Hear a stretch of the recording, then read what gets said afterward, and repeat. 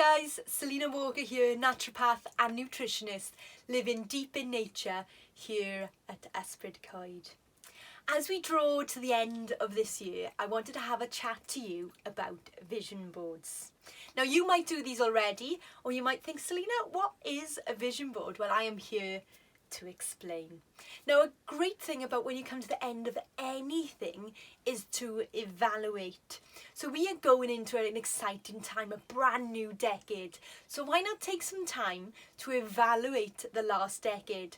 A great thing I like to do is go through all my Facebook posts and I can see what I've been posting about.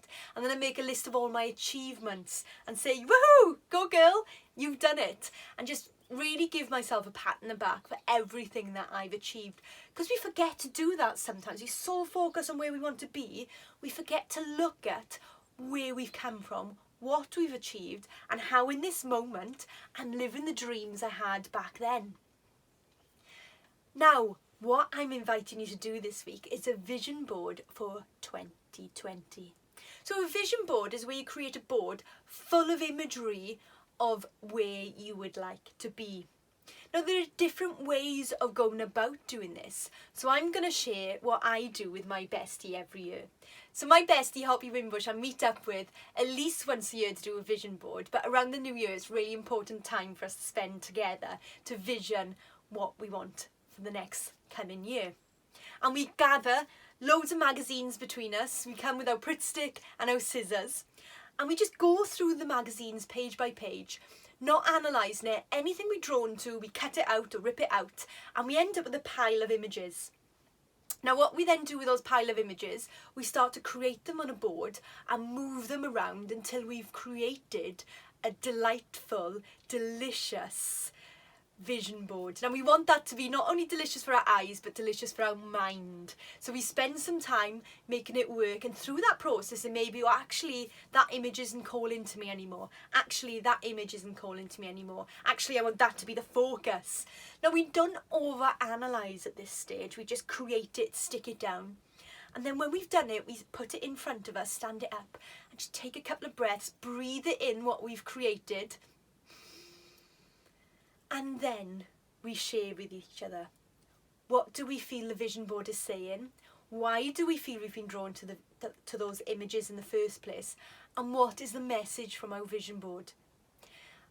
And then we go home and we put it somewhere that we can see all the time, to draw that energy to us, to remind us of what our vision is. Now, sometimes it can be quite surprising what images we're drawn to, and we have to think what the message is, but it always comes clear.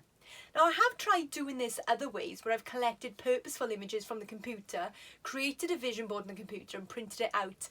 But it may be my age, but I'm far more drawn to getting magazines, turning the actual pages, cutting them out with the scissors and sticking them down with some glue. To me, that's part of the process, that's part of the creation. And this tunes in to your creative energy. Now, your creative energy is in your liver, so I'm really inviting you to cleanse your liver from this year and tell your body what you want for next year. Remember, everything you're thinking about is processed by your body, and your body is trying to constantly create that in your life. So my vision board I created, here it is. I've done it yesterday with my bestie.